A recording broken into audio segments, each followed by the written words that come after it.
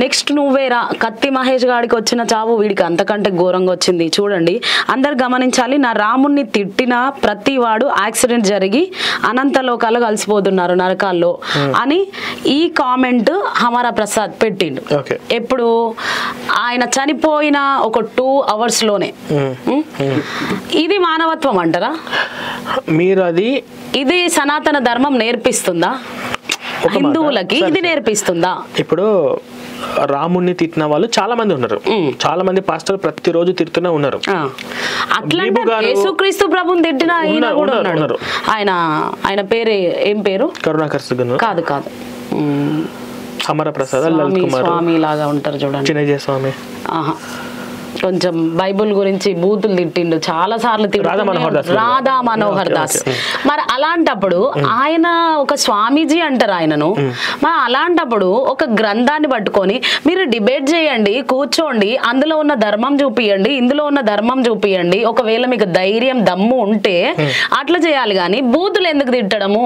అంటే మీ సనాతన ధర్మమైనా హిందూ గ్రంథాలైనా అదే నేర్పిస్తుందా అని క్రైస్తవ్యులు అంటారు కదా. ఇది వచ్చేసి నేనేమి రాధా మనోహర్ దాస్ గారికి కానీ అమర ప్రసాద్ గాని వాళ్ళని అడగండి ఫస్ట్. నేను వాళ్ళకేమి సపోర్ట్ గా వాళ్ళేమి నాకు చెప్పి పెట్టలేదు కదా, వాళ్ళు పెట్టారు. మరి వాళ్ళు ఏ ఉద్దేశంతో పెట్టారు నాకైతే తెలియదు. మీరు వాళ్ళని అడగండి, నాకైతే తెలియదు. వాళ్ళకి నేను సపోర్ట్ లాగా వాళ్ళకి నేను అట్లా ఏమో నేను మాట్లాడలేను. నేను పెట్టిన దానికి, నేను పెట్టిన వీడియోస్కి అయితే ఒకటి ఇంకొక ఎక్స్ప్లెనేషన్ ఇవ్వాలి అంటే, ఇప్పుడు హిందువులను దూషించడము, హిందూ దేవులను దూషించడం అనేది మనకు డైలీ ఒక నిత్య కృత్యం లాగా అయిపోతుంది. సాధ్యమైనంత వరకు హిందూ దేశంలో, ఈ యొక్క హిందువులు మెజారిటీ ఉంటే ఈ దేశంలో రాముని తిట్టి ఈజీగా ఉంటున్నారు. అదే ముస్లిం మెజారిటీ ఉన్నటువంటి ముస్లిం దేశాల్లో ఖురాన్ని కానీ అల్లాని తిట్టి వాళ్ళు అలా ఉండగలుగుతున్నారా? ఉండే ఛాన్సే లేదు. కాబట్టి ఇక్కడ ఉంటున్నారు. ఇక్కడ ఎంతో మంది మానవత్వము ఇవన్నీ ఇవ్వబట్టే వీళ్ళు ఇక్కడ ఇలా ఉండగలుగుతున్నారు. అది తర్వాత వచ్చేసి వాళ్ళు ఆ పోస్టులు పెట్టడానికి మీరు వాళ్ళని అడగండి. సో మీరు మానవత్వం ఇక్కడ కరుణాకర్ సుగుణ గారి టాపిక్ వచ్చింది కాబట్టి నేను అడగాల్సి వచ్చింది. అంటే మానవత్వము ఈ భగవద్గీతలో అయినా, బైబుల్ గ్రంథంలో అయినా, ముస్లిం గ్రంథాల్లో అయినా మానవత్వం అంటే ఏంటి అసలు? ఒక మనిషిని మనిషిగా చూడడమే మానవత్వం అంటే. భారతదేశంలో నేర్చుకుంది కూడా అదే. ప్రతి దేశంలో నుండి మన భారతదేశాన్ని వీళ్ళందరూ కలిసికట్టుగా ఉంటారు అనేది మన భారతదేశం ఒకప్పుడు పొందుకున్న మాట. చండాలమైన మాట ఇది. ప్లీజ్, మేము అందరం కలిసి ఉండాలి. ఇక్కడ కేవలం హిందూ ధర్మం, హిందుత్వం యొక్క ఐడియాలజీ, హిందూ మతము ఇలాంటి భావజాలం కలిగిన వాళ్ళే ఈ దేశానికి కావాలి. మేము అన్ని కలిసి ఉండాలి, అన్ని మతాలు ఇక్కడ ఉండాలని చెప్తే మేము దీన్ని యాక్సెప్ట్ చెయ్యం. సో భారతదేశం నా మాతృభూమి అని చిన్నప్పుడు మీరు ప్రతిజ్ఞ, భారతదేశం నా మాత్రమే, భారతదేశం నా సహోదరులు. ఎందుకు సహోదరులు? ఈ క్రైస్తవ మతము, ఆ మత సిద్ధాంతాలు, అలాగని మా ఉద్దేశము క్రిస్టియన్స్ ముస్లిమ్స్ చంపాలి, వాళ్ళని ఇక్కడ తరిమి కొట్టాలని కాదు మా ఉద్దేశము. వాళ్ళను కూడా ఇప్పుడు మీరు యాక్సెప్ట్ చెయ్యను, నేను అదే చెప్తున్నా. యాక్సెప్ట్ చేయనంటే వాళ్ళను మార్చి నిజమేదో తెలియజేసి ఇట మా ధర్మంలోకి తెచ్చుకోవడమే మేము చేసే పని. మార్పిడి చేస్తున్నట్టు. ఇది మత మార్పిడి కాదు. ఎందుకంటే ఇది మనిషిని మానవత్వం వైపు తీసుకొచ్చే మార్పు. ఎందుకంటే మతం అసలు ఏంటి? మతం అంటే ఏంటి? క్రైస్తవ మతం ఏంటి? ఇందాక బైబుల్ బూత్ పుస్తకం అండి కూడా రిఫరెన్స్ ఉందని చెప్తే ఆయన ఏదో ఒక రిఫరెన్స్ పట్టుకొని చెప్పారు. ఆ జాన్పల్ అన్న వ్యక్తి అతను నా ముందు కూర్చోబెడితే నేను మొత్తము ఒలిసి మొత్తం చేతులు పెడతా. ఆల్రెడీ ఆయనకు నాకు డిబేట్ జరిగింది. నేను పుస్తకంలో రాసినవి ఇవ్వండి, ప్రవీణ్ అబద్ధాలు రాశాడు అనే పాయింట్ నేను చెప్పలేదు. అది పక్కన పెట్టి ఇంకోటేదో చెప్తున్నాడు. ఇక్కడ క్రిస్టియానిటీ యొక్క సిద్ధాంతాలు ఎలాగుంటాయి, క్రైస్తవంలోకి వెళ్తున్న యొక్క ఆలోచన ఎలాగుంటాయి, ఎలా నేను కాస్త కోస్త ముస్లిం వాళ్ళని కొంచెము గ్రేట్ అంట ఈ విషయంలో. ఎందుకంటే మరీ అంతగా లేరు. చాలా మంది ముస్లిమ్స్ ఎక్స్ ముస్లిమ్స్ లాగా వచ్చి చాలా మంది మాతో మాట్లాడే వాళ్ళు చాలా మంది ఉన్నారు. ఇవి నిజంగా ఖురాన్లో ఇలా ఉన్నాయన్న, మాది తప్పదు, మేము ఇందులో ఉండాల్సి వస్తుంది, బట్ ఇలాంటి ఉన్నవాళ్ళు చాలా మంది ఉన్నారు. కానీ క్రైస్తవ మతంలో ఈ ముస్లిం మతం ఉన్న టెర్రరిస్టులు కానీ వీళ్ళ డేంజర్ అంట. 100% డేంజర్ అంట. ఎందుకంటే మొత్తానికి భారతదేశానికి ప్రమాదం. ఇప్పుడు మన నలుగురు వచ్చి చంపారు కదా, ఆ నలుగురి కన్నా, అడవిలో ఉన్న క్రూర మృగాల కన్నా ఈ దేశంలో ఉన్న పాస్టర్లే చాలా ప్రమాదకరం. డౌటే లేదు అందులో. భవ్యశ్రీ 40 రోజుల పాటు ఫాస్టింగ్ పీరియడ్ పెట్టి చంపారు ఆకలితో. పూర్ణిమ అనే ఒక పాపను మొన్న జ్ఞానపురంలో నోట్లో గుడ్డ కుక్కి దయ్యం వదలగొట్టని చెప్పేసి ఊపిరి ఆడనివ్వకుండా చంపారు. 2 మైనర్ను కృష్ణానది దగ్గర బాప్తిసం ఇస్తా అని చెప్పి నీళ్ళలో ముంచి చంపారు. నిన్న మోహన్ గారు సార్ చెప్తున్నారు బాప్తిసం ఇప్పిస్తా అంటూ మైనర్ అబ్బాయిలు 2 చంపారని చెప్పేసి నీళ్ళలో ముంచి. ఇవి బయటకు వచ్చినాయి, బయటకు రాని ఎన్నో ఉన్నాయి. అట్లా చూసుకుంటే చాలా వర్గాలలో బయటకు వస్తూనే ఉంటాయి సార్. ఎక్కడ బయటకు వస్తున్నాయి? ఇప్పుడు కొంతమంది బాబాల దగ్గర కూడా, లేకపోతే ఎక్కువ మీరు అన్నట్టుగా ముస్లిం దానిలో ఇలాంటివి జరుగుతాయో లేదో మాకు కూడా అంత అవగాహన లేదు, కానీ హిందువుల దానిలో చూసినట్టయితే మీకు పిల్లలు పుట్టాలంటే మీరు ఇట్లా చేయండి అట్లా చేయండి అని సెక్షువల్ హరాస్మెంట్ చేయడము ఇట్లా జరుగుతున్నాయి. అన్ని వర్గాలలో ఉన్నాయి కదా ఇలాంటివి, అన్ని వర్గాలు ఉన్నాయి కదా. ఎవరు చేశారు, ఎక్కడ చేశారు, వాడి పేరేంటి, ఆ సెక్సువల్ కి గురైన అమ్మాయి ఎవరు, మాకు డీటెయిల్స్ ఇవ్వండి, మేము వెళ్ళి కేసు పెడతాం. వాడు ఎవడైనా కానీ, ఆ బాబాయ్ ఎవడో, ఆ పూజారి ఎవరో కేసు పెడతాం. సో మా ఏరియాలోనే ఒక బాబా ఉన్నాడు ఇలాంటి ఆయన. బాధితురాలు నేను అడ్రస్ ఇస్తా, బాధితులను కూడా ఇస్తా. బాధితులు ఇవ్వండి ఫస్ట్. ఆ అమ్మాయికి జరిగిందో మొత్తం చెప్పండి. అమ్మాయి ఫేస్ ఏం రివీల్ అవ్వకుండా మరి చూద్దాం. Okay, sure. ఈ మీడియా ముఖాముఖిగా నేను చెప్తున్నా, ఎక్కడ ఈ తప్పులు జరుగుతున్నాయో అన్ని తప్పులు కూడా మేము డీటెయిల్స్ ఇవ్వడం జరుగుతుంది. మా మీడియా ముఖాముఖిగా నేను చెప్తున్నా. సో కంపల్సరీగా ఆ బాధితులు ఎవరైతే ఉన్నారో, మీరు బాబా చేత మోసపోయారు, ఏదో సెక్సువల్ హరాస్మెంట్ కు గురయ్యారంటే మీ దగ్గర సాక్ష్యాధారాలు లేదా మీరు మొత్తం వచ్చి చెప్తే వాడిని ఏం చేయాలి, వాడిని రెడ్ హ్యాండెడ్గా ఎలా పట్టుకోవాలో స్కెచ్ చేసి అవసరమైతే స్టింగ్ ఆపరేషన్ చేసి పట్టుకొని మీడియాకి పెట్టాలి. Okay, sure. నేను మీకు ఆ డీటెయిల్స్ అన్ని ఇస్తాను ఖచ్చితంగా. సో ఇప్పుడు ప్రవీణ్ గారి విషయం వచ్చేసరికి అది హత్య కాదు, యాక్సిడెంటే. అది యాక్సిడెంటల్ గా జరిగిందే కన్ఫామ్. అది ఇప్పుడు అందరికి అది కన్ఫామ్ అని చెప్పేసి, యాక్సిడెంట్ అని చెప్పేసి క్రిస్టియన్లు ఉన్న వాళ్ళందరూ కూడా రియలైజ్ అయిపోయారు. జాన్ వెస్లీ, రాజమండ్రిలో ఉన్నటువంటి John Wesley VP Reddy realise అయిపోయాడు అవును యాక్సిడెంటల్ అని చెప్పేసి. జాన్ పాల్ రియలైజ్ అయ్యి వాళ్ళు ఒక్కటి కూడా వీడియో రిలీజ్ చేయలేదు కదా సార్. పరుపోతుంది కదా, కాదు పరుపోతుంది కదా, కాదు యాక్సిడెంటే అని. ఇప్పుడు నిన్న ఒక సభ జరిగింది, ఆ సభలో వీపీ రెడ్డి వచ్చిందా, లైవ్ లో ఉన్న అతనే కదా. జాన్ వెస్లీ వచ్చిందా, జాన్ పాల్ వచ్చిందా, ఆ లైవ్ లో ఉన్నది ఫస్ట్ వాళ్ళే కదా. ఎవరైతే ఈ చావును ఉపయోగించుకొని డొనేషన్స్ కలెక్ట్ చేసి లేదా వాళ్ళ రాజకీయాల ప్రయోజనాల కోసం వాడుకోవాలనుకుంటుంటే వాళ్ళ అభినయ దర్శన్, ఆ CMDF అజయ్ బాబు వాళ్ళు తప్ప అక్కడ ఉన్న లైవ్ లో చూసిన వాళ్ళందరూ రియలైజ్ అయిపోయారు. లేదా ఇంకొంతమంది క్రిస్టియన్స్ ని ఈ యొక్క సమాజం ఈ యొక్క అంశాలను రెచ్చగొట్టి, క్రిస్టియన్స్ అందరూ రెచ్చగొట్టి హిందువుల మీదకి బుసిగొలిపి మత విద్వేషాలు రెచ్చగొట్టామనే ఆలోచన కలిగిన వాళ్ళు తప్ప మిగతా వాళ్ళందరికీ తెలుసది. అయితే మీరు అప్పటి నుండి ఒక మాట అంటున్నారు, మత విద్వేషాలు రెచ్చగొట్టడము అది ఇది అంటున్నారు కదా. డిబేట్స్ అన్నప్పుడు, ప్రేమైక్య చర్చలు అన్నప్పుడు మీరు క్వశ్చన్స్ అడుగుతారు, వాళ్ళు క్వశ్చన్స్ అడుగుతారు, మీరు సమాధానాలు చెప్తారు, వాళ్ళు సమాధానాలు చెప్తారు, మీ గ్రంథాల నుంచి మీరు చెప్తారు, వాళ్ళ గ్రంథాల్లో నుండి వాళ్ళు చెప్తారు. అలాంటప్పుడు మిమ్మల్ని అరెస్ట్ చేయకుండా, మీరు కూడా దూషిస్తున్నారు, మిమ్మల్ని అరెస్ట్ చేయకుండా వాళ్ళని ఒక్కరిని ఎందుకు అరెస్ట్ చేస్తున్నారు? అజయ్ బాబు రాముడు గురించి మాట్లాడిరని అరెస్ట్ చేసిరు, మరి రాధా మనోహర్ దాస్ని ఎందుకు అరెస్ట్ చేయలేదు? ఆయన కూడా ఖమ్మంలో 5 కేసులు పెట్టిండు అజయ్ బాబు, మరి ఎందుకు ఆయనను అరెస్ట్ చేయలేదు? ఇప్పుడు అజయ్ బాబుని అంటే ఇక్కడ మీకు క్రిస్టియానిటీ సమస్య అయిపోయిందా, లేకుంటే హిందువులకు క్రిస్టియన్స్ అంటే భయమా? ఇక్కడ అసలు చెప్తాను మేడం. ఇప్పుడు అజయ్ బాబుని ఎందుకు అరెస్ట్ చేశారంటే ఆ కారణం వేరేది ఉంది. ఆయన వేరేదంటే ఆయన రెచ్చగొట్టే ప్రసంగాలు ఒకటి బీజేపీ పార్టీ మీదకి నెట్టేశాడు. నెక్స్ట్ నేనే అంటా, నెక్స్ట్ నన్నే చంపుతారంట. అది సోషల్ మీడియాలో అది వైరల్ అయింది కాబట్టి. ఎక్కడ పెట్టారు? హమారా ప్రసాద్ పెట్టిండ్రు సోషల్ మీడియా, ఇప్పుడు కూడా ఉంది ఆయన అకౌంట్ లో. అదొక్కటే కాదు, అరే పెట్టిండు కదా ఆయన. అతను ఏ వీడియో అంటే ఇది నెక్స్ట్ ఎలక్షన్స్లో వచ్చే సమయానికి క్రైస్తవులందరినీ తలలు నరికేస్తారంట. అందులో ఫస్ట్ ప్రవీణ్ పగడాలని ఒక టాపిక్, అదొక వీడియో. తర్వాత రాముడిని గురించి మాట్లాడేటప్పుడు రాముడేం నా బామర్దా, నా తమ్ముడా అని చెప్పేసి రకరకాలుగా మాట్లాడిండు, ఇవన్నీ చేసిండు.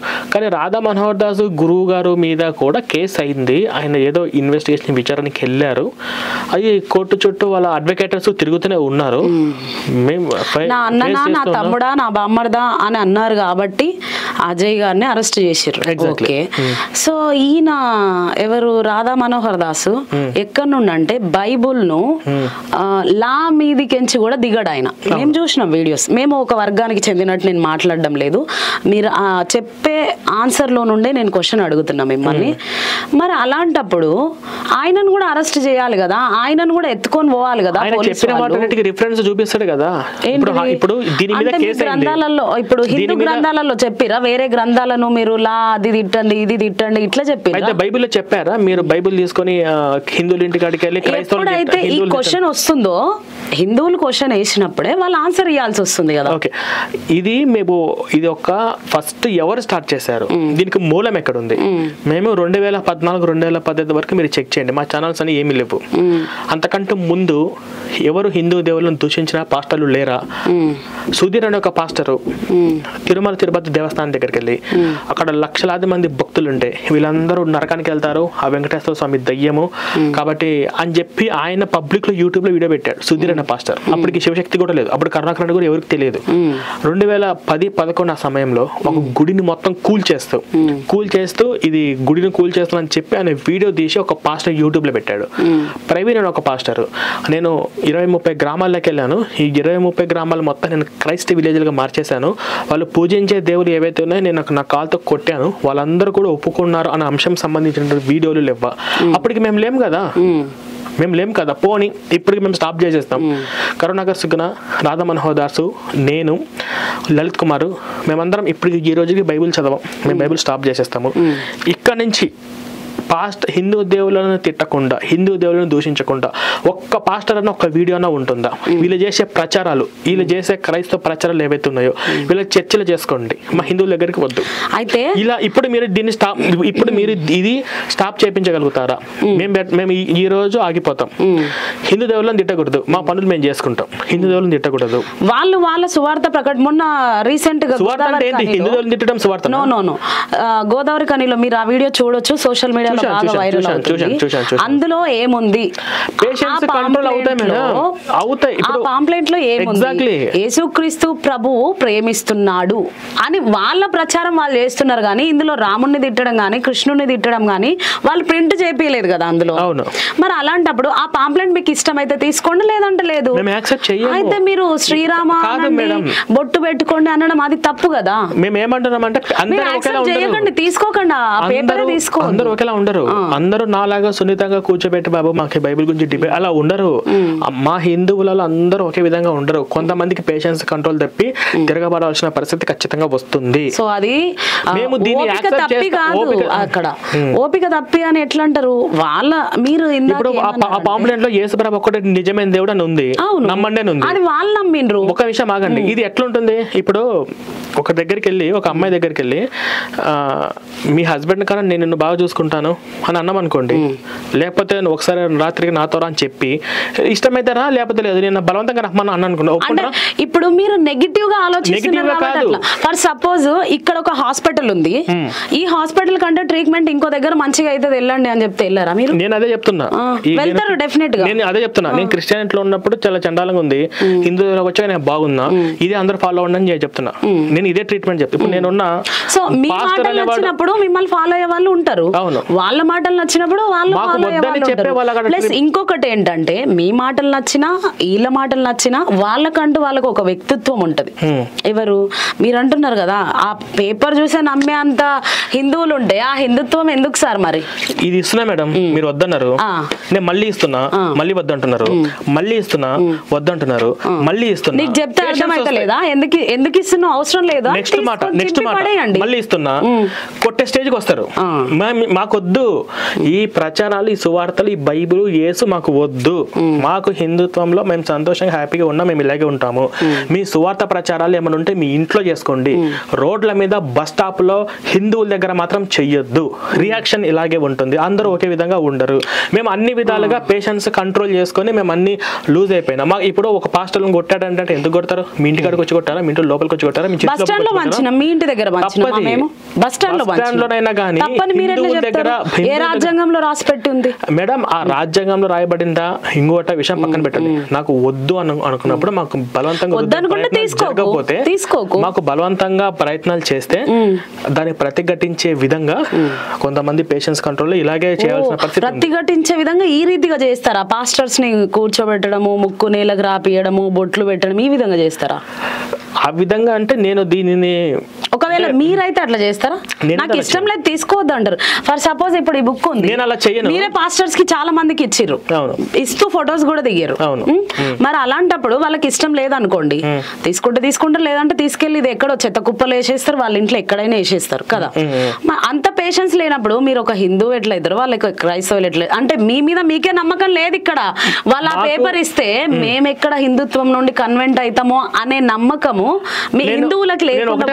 ఆ పేషెన్స్ లేదు వాళ్ళకి. మాకు ఒకటే మాట చెప్తున్నా ఓపెన్ గా, పాస్టర్లను చూస్తే మాకు భయం, వాళ్ళు పట్టుకున్న సువార్తలు అంటే మాకు భయం. ఎందుకంటే బురదలో ఉన్న పందిని చూసినా కూడా మేము భయపడతాం.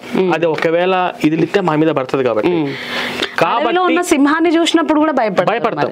కానీ ఈ భయానికి పాస్టర్లను చూసి మేము భయపడడానికి కారణం ఏంటంటే వీళ్ళు బురదలో ఉన్న పందులు లాంటి వాళ్ళు.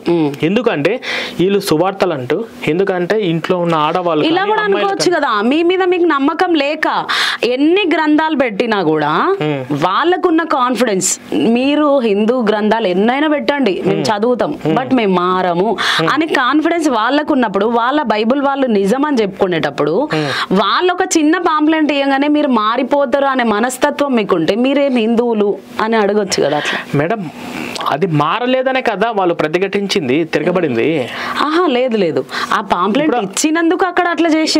మరి ఇచ్చిన ఒకవేళ మారటంటే ఇలా ఎందుకు చేస్తాడు? ఎవరు పాంప్లెట్ ఇప్పుడు అతను తీసుకున్న వ్యక్తి ఎవరైతే ఉన్నారో, నేను మారతారేమో హిందువులు అనే స్వభావంతో అట్లా చేసిరు కదా. హిందువుల మీద నమ్మకం లేదు, హిందువుల మీద నమ్మకం లేదు. ఒకవేళ నిజంగా హిందువులు ఇలా భయపడి పాస్టర్లు ఇచ్చింది తీసుకునే మతం మారేటట్టుంటే మీకు ఆ వీడియో మీకు వచ్చేది కాదు, ఆ వీడియో మీరు చూసేవాళ్ళు కాదు. తీసుకోండి కానీ మీరు చదవాల్సిన అవసరం లేదు కదా. లేదా తీసుకోకపోండి, నాకు అవసరం చెప్పండి. మన భారతదేశం సెక్యులర్ కంట్రీనే కదా, సెక్యులర్ కంట్రీనే కదా, అందరూ కలిసి ఉంటారు. సెక్యులర్ కంట్రీ ఎట్లయితది? సెక్యులర్ కంట్రీ అంటే మేమంతా ఒకటే అనేదాన్ని సెక్యులరిజం అంటారు. మేమంతా ఒకటే అనేది లేదు కదా. ఇక్కడ నానా కులం, నానా జాతి, నానా మతం ఉంది కదా భారతదేశంలో. అంటే అందరూ ఒకటి కాదు, అందరు ఒకటే. కులాలు మతాలు వేరు, మనుషులందరూ ఒకటే. మనుషులందరూ ఒకటే కదా.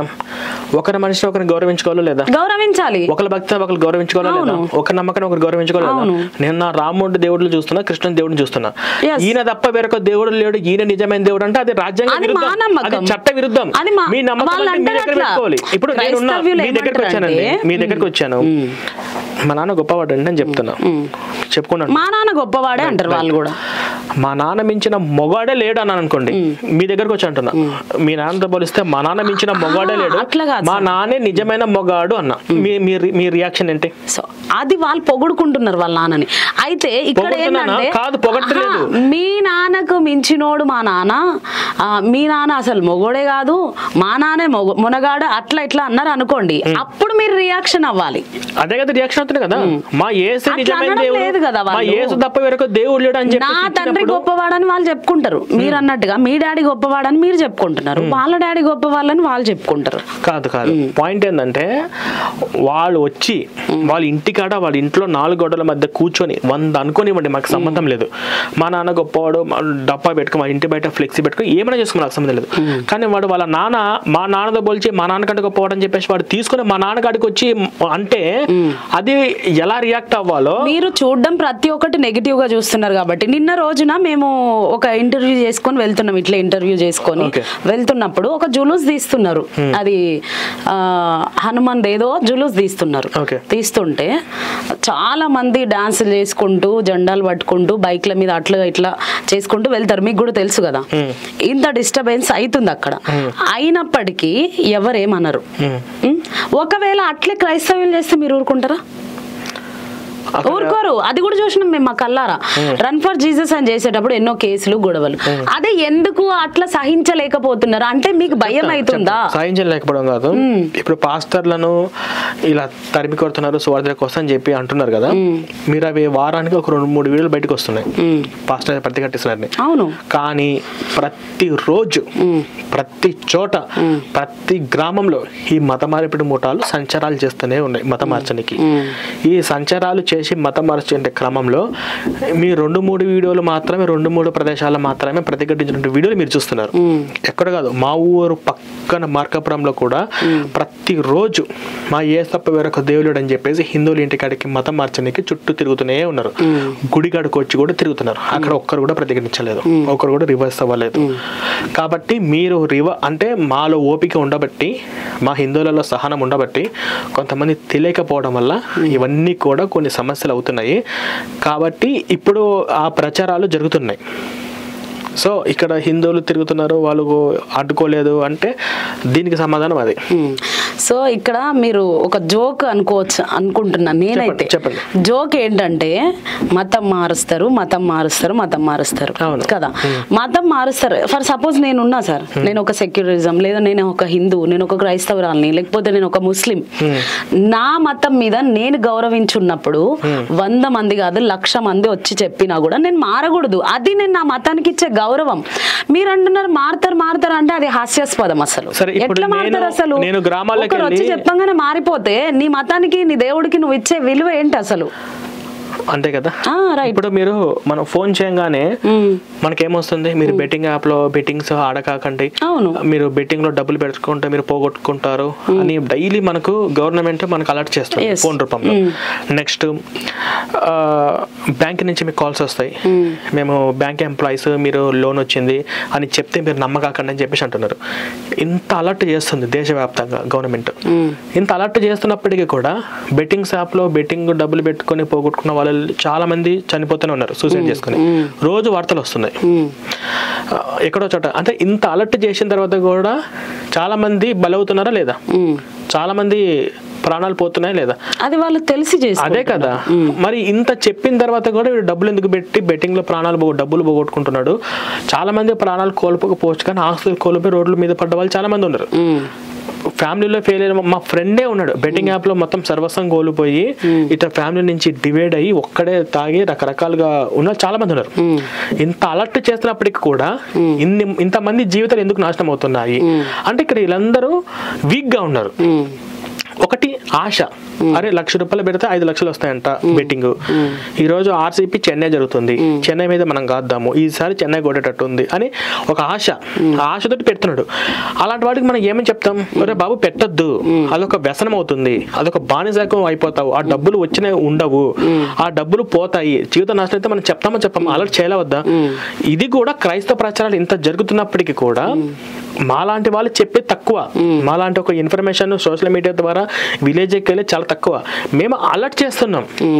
వీక్ గా ఉన్న వాళ్ళు ఎవరైతే బెట్టింగ్ లో డబ్బులు పెట్టుకుని పోగొట్టుకుని ప్రాణాలు పోతాయో, ఇక్కడ వీక్ గా ఉన్న వాళ్ళు ఎవరైతే ఉన్నారో వాళ్ళు మీ పాస్టర్ల మాటలు విని వాళ్ళ ప్రలోభాలకు గురవుతున్నారు. మేము చెప్పవలసింది మేము చెప్తున్నాం. ఒక సోషల్ రెస్పాన్సిబిలిటీగా గవర్నమెంట్ చేయవలసిన పని మేము చేస్తున్నాం. ఒక మాట చెప్పాలంటే, సో ఇప్పుడు మీరు మతానికి హిందుత్వానికైనా క్రిస్టియానిటీకైనా బెట్టింగ్ యాప్ ని తీసుకొచ్చారు. ఎగ్జాక్ట్లీ. బెట్టింగ్ యాప్ ఏంటంటే డబ్బుకు ఆశపడి చేస్తున్నారు. అవును. మరి హిందుత్వం నుండి క్రిస్టియానిటీకి వెళ్ళి ఆశపడి ఏం ఆశ? వాళ్ళకు పరలోకమైన ఆశ, చర్చికి వెళ్తే రోగాలు తగ్గిపోతాయని ఆశ, కూడా స్వర్గం నరకం అనేది ఉంది కదా, స్వర్గం అనే ఆశ ఉంది కదా అందులో. పర్టికులర్ గా హిందువులలో స్వర్గం నరకం ఎలా ఉంది, కర్మ సిద్ధాంతం ఎలా ఉంది, అవి ఉన్నాయి కదా ప్రతి దానిలో ఉన్నాయి. కానీ ఇప్పుడు బైబిల్లో ఏమని చెప్తుందంటే, కేవలం యేసు ప్రభు దేవుడుగా నమ్మితే మాత్రమే పరలోకము, యేసు ప్రభు తప్ప వేరే దేవుని పూజ చేస్తే మీరు నరకానికి వెళ్తారని చెప్పి అందరూ చెప్తున్నారు కదా. అరే ఈజీగా పరలోకము జంప్ అటు వెళ్ళిపోతే పరలోకం అంట అని ఒక ఆశ. తర్వాత క్రైస్తవంలోకి వెళ్తే ఒక్కోళ్ళు ఒక రకం మెంటాలిటీ, మీకు అప్పులు పోతాయి, కష్టాలు పోతాయి, మీకు రోగాలు తగ్గిపోతాయి అని చెప్పేసి నమ్మకం. ఇలా నమ్మకాలు ఆశ భయం వల్ల వెళ్తున్నారు. ఈ బెట్టింగ్ యాప్ ఎలాగనో ఇది కూడా అంతే. కానీ బెట్టింగ్ యాప్ అంటే డబ్బుకు ఆశపడి చేస్తున్నారు, అక్కడ పరలోకానికి ఆశపడి. ఇప్పుడు హిందుత్వంలో మరి స్వర్గం ఉంది కదా, ఉంది. అదే నేను అడుగుతున్నా, అది ఎలా వెళ్తారు స్వర్గానికి?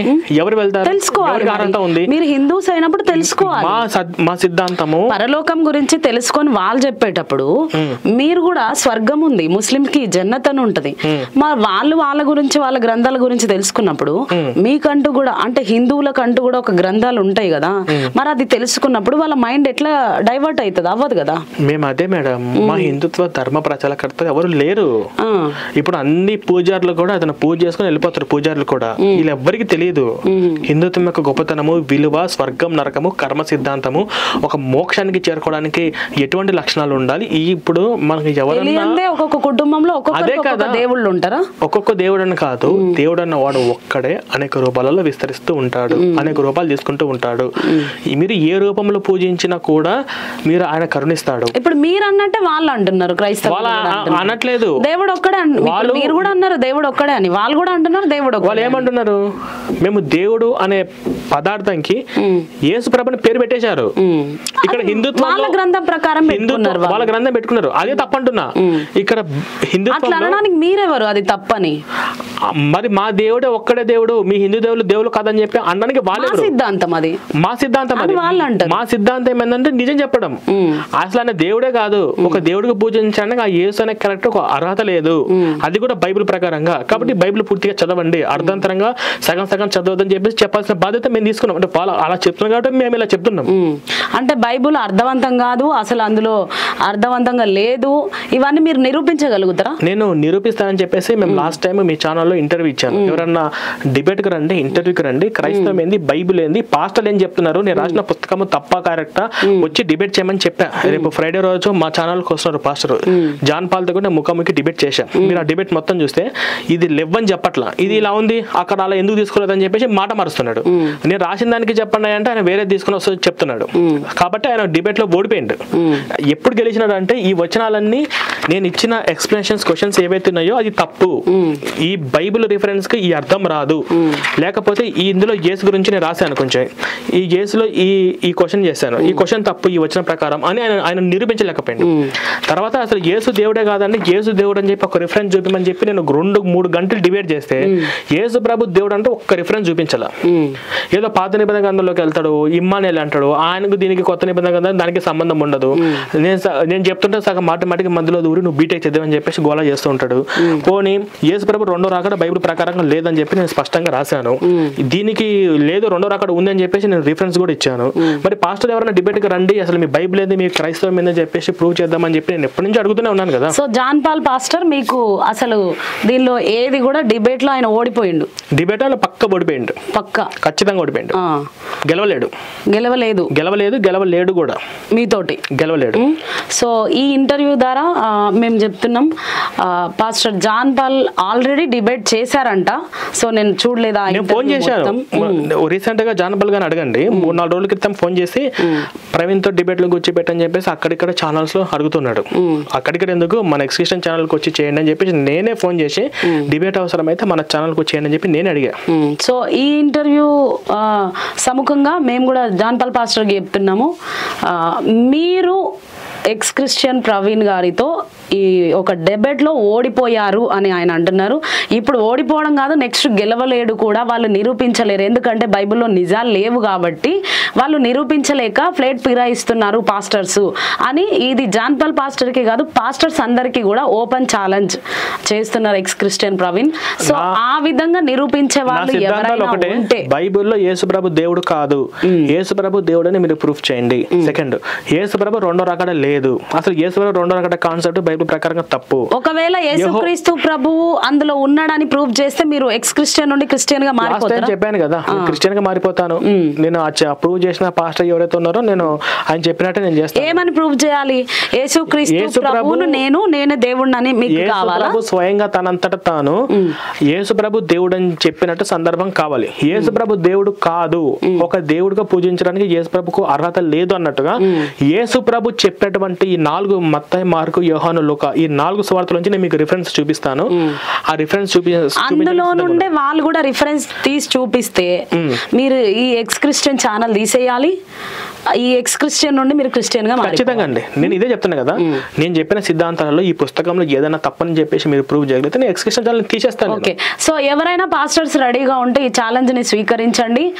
కామెంట్ చేయండి కింద, ఎవరు రావాలనుకుంటున్నారో మీ ఫోన్ నెంబర్లు కూడా తెలియపరచండి. ఎక్స్ క్రిస్టియన్ ప్రవీణ్ రెడీగా ఉన్నారు ఈ డిబేట్ కి. సో అది పెద్ద పాస్టర్స్ అయినా లేకపోతే బైబుల్ అవగాహన ఉండి మేము నిరూపించగలుగుతాం యేసుక్రీస్తు ప్రభువు రిఫరెన్సెస్ అని ఉన్న వాళ్ళు రెడీగా ఉంటే, సో వాళ్ళ సిద్ధాంతం ప్రకారం ఆయన ఇచ్చిన మాట ఈ ఇంటర్వ్యూ ద్వారా, ఇది సెకండ్ టైం మాకు ఇంటర్వ్యూ ఇచ్చేటప్పుడు ఆయన అనడం. సో దీన్ని ఛాలెంజింగ్ గా తీసుకున్న వాళ్ళందరూ కామెంట్ చేయండి. నెక్స్ట్ సార్, ఇప్పుడు హమారా ప్రసాద్ గురించి మనం కొన్ని మాట్లాడుకున్నాం కదా, మానవత్వం గురించి. దాని నుండి మనం ఎటో వెళ్ళిపోయినాం.